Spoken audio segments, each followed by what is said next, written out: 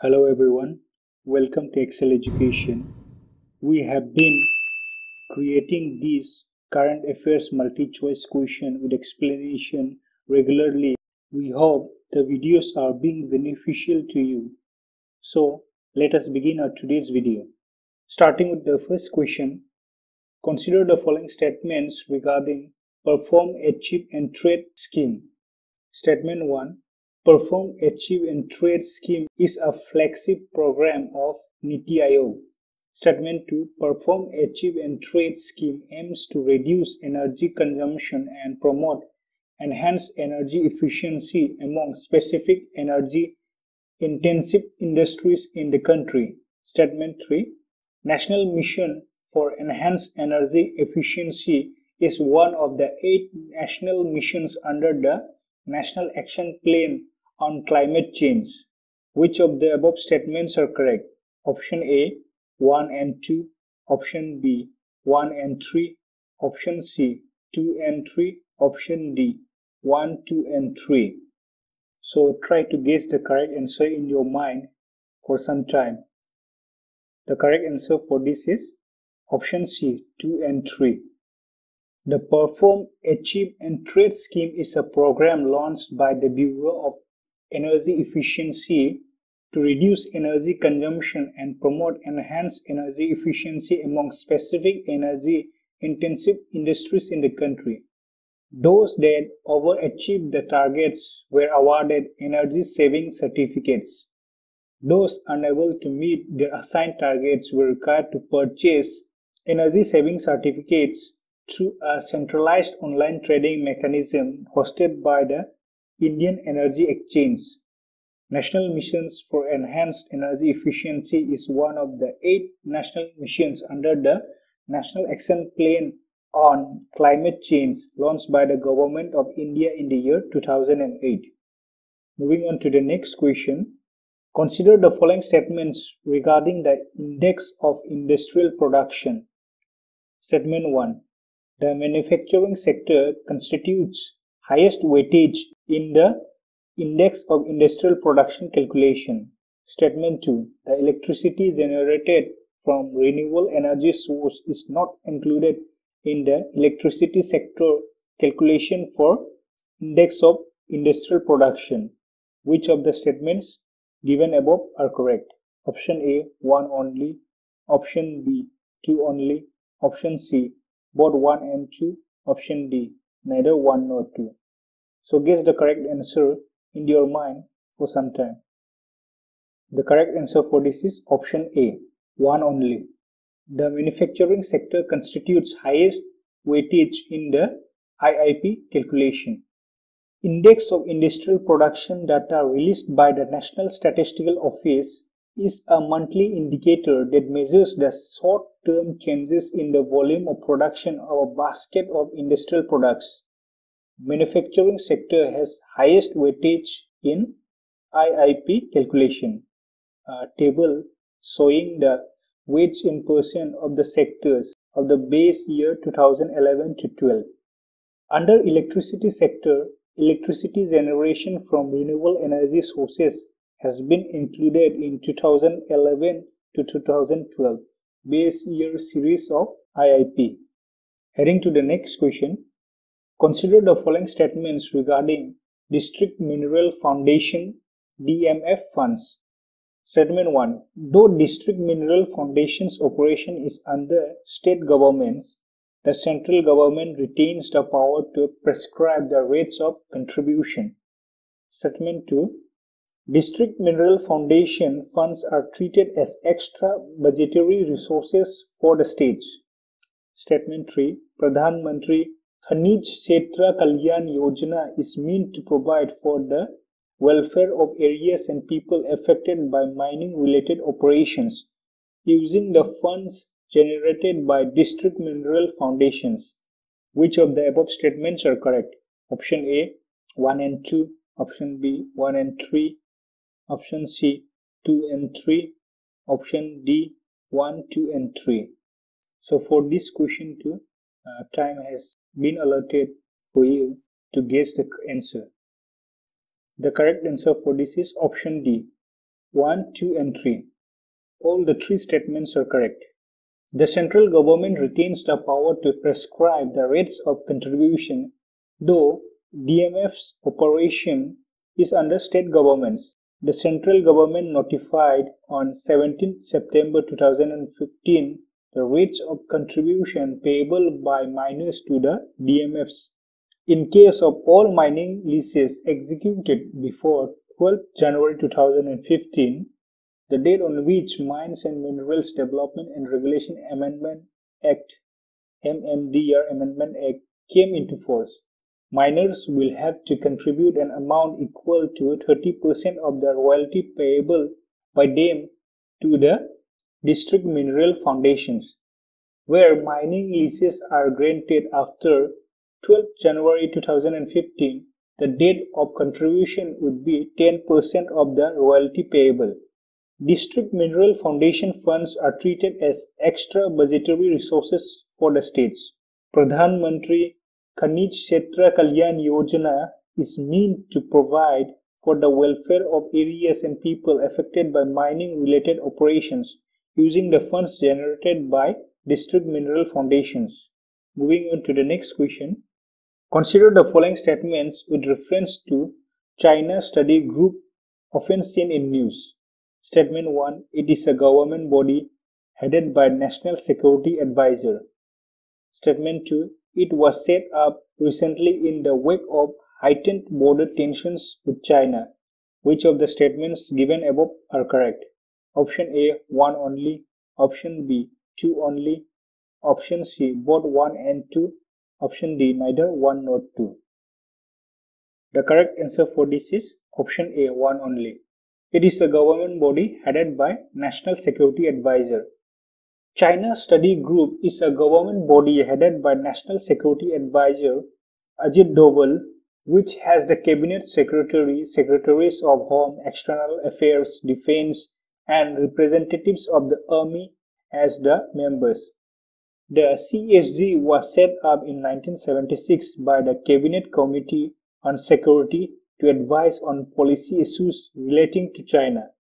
In the wake of heightened road and track construction work undertaken by China along India's northern and eastern frontiers in 1997, CSG was constituted to study the requirement of road communication along the China border for fast and smooth movement of troops in case of any aggression. At the end of the study, the CSG identified 73 strategically important roads along the China border for Indo-China border roads to be built. Heading to the next question, consider the following statements regarding the Rights of Persons with Disabilities Act 2016. Statement 1. The Act gives effect to United Nations Convention on the Rights of Persons with Disabilities in India. Statement 2. It mandates for providing disabled-friendly access to all public buildings. Statement 3. The Act makes people suffering from disability entitled to the same benefits and relaxations as to those belonging to the scheduled caste. Which of the statements given above are correct? Option A. 1 and 2 only. Option B. 2 and 3 only. Option C. 1 and 3 only. Option D. All of the above. So please try to guess the correct answer. The correct answer for this is option A. 1 and 2 only. Rights of Persons with Disabilities Act 2016 is an act to give effect to the United Nations Convention on the Rights of Persons with Disabilities and for matters connected therewith. India ratified the said convention in October 2007. Some of the provisions covered by the bill are providing free education to a person with benchmark disability till 18 years of age, barrier-free access to all parts of a hospital or healthcare center run or aided by government, ensuring that all existing public buildings are made accessible, all public documents are in accessible format, and accessibility of bus stops, railway stations and airports for disabled persons. There is no such provision in the Act referring to the Statement 3. But the Supreme Court has recently observed that people suffering from disabilities are also socially backward and are thus entitled to the same benefits as given to those belonging to the scheduled caste. Heading to the next question, consider the following statements regarding coalbed methane. Statement 1. Coalbed methane, like shale gas, is extracted directly from the rock that is the source of the gas. Statement 2. Coalbed methane can be used for power generation as compressed natural gas (CNG), auto fuel, and as feedstock for fertilizers. Which of the above statements are correct? Option A, 1 only. Option B, 2 only. Option C, both 1 and 2. Option D, neither 1 nor 2. The correct answer for this is option C, both 1 and 2. Coalbed methane, CBM, like a shale gas, is extracted from what are known as unconventional gas reservoirs, where gas is extracted directly from the rock that is the source of the gas. The methane is held underground within the coal and is extracted by drilling into the coal seam and removing the groundwater. The resulting drop in pressure caused the methane to be released from the coal. According to the Central Mine Planning and Design Institute, CBM can be used for power generation as compressed natural gas, auto fuel, as feedstock for fertilizers, industrial uses such as in cement production, rolling mills, steel plants, and for methanol production. Moving on to the next question. Consider the following statements regarding the International Platform on Sustainable Finance. Statement 1. It creates binding legal and financial obligations on member parties. Statement 2. India is one of the members of the platform. Which of the statements given above are correct? Option A, 1 only. Option B, 2 only. Option C, both 1 and 2. Option D, neither 1 nor 2. The correct answer for this is option B, 2 only. International Platform on Sustainable Finance is not an institutionalized body, nor does it create any binding legal or financial obligations on any member under domestic or international law. The IPSF, a multilateral forum for facilitating exchanges that aims to exchange and disseminate information to promote best practices in environmentally sustainable finance, compare the different initiatives and identifying barriers and opportunities to help scale up environmentally sustainable finance internationally, while respecting national and regional contexts, enhance international coordination where appropriate on environmentally sustainable finance issues. In addition, where appropriate, some willing members could strive to align initiatives and approaches. The International Platform on Sustainable Finance was launched on 18 October 2019. Its current members are Argentina, Canada, Chile, China, India, Indonesia, Kenya, Morocco, Norway, Switzerland, Singapore, New Zealand, and European Union, representing almost half of the world's greenhouse gas emissions. Moving on to the next question, consider the following statements regarding the National Biopharma Mission. Statement 1. It is an industry academia mission to accelerate biopharmaceutical development in India. Statement 2. The mission is implemented by Biotechnology Industry Research Assistance Council. Which of the statements given above are correct? Option A, 1 only. Option B, 2 only. Option C, both 1 and 2. Option D, neither 1 nor 2. Here too the time has been provided to guess the correct answer. The correct answer for this is option C, both 1 and 2. Both the statements are correct. The National Biopharma Mission is an industry-academia collaborative mission of Department of Biotechnology for accelerating early development for biopharmaceuticals.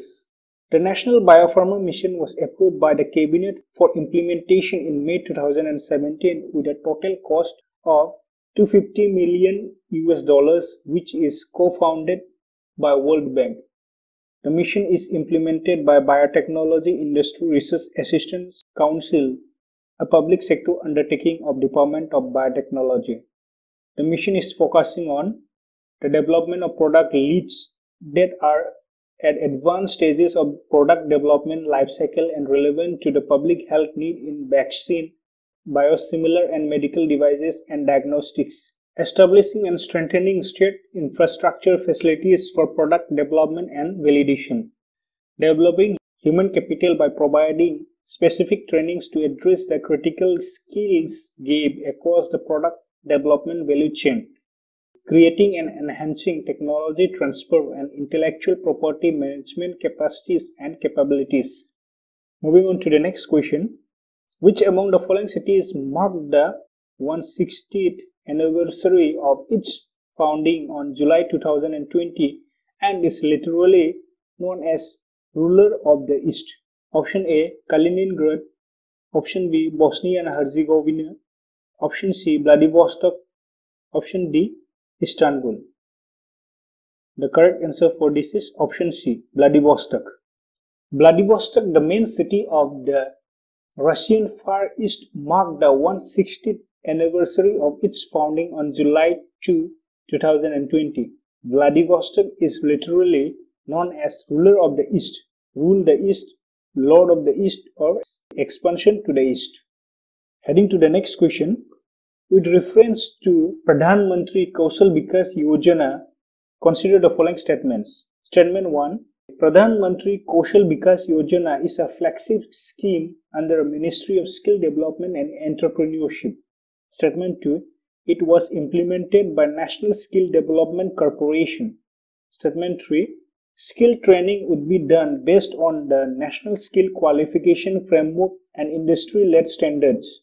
Which of the statements given above are correct? Option A, 1 only. Option B, 1 and 3. Option C, 2 and 3. Option D, 1, 2 and 3.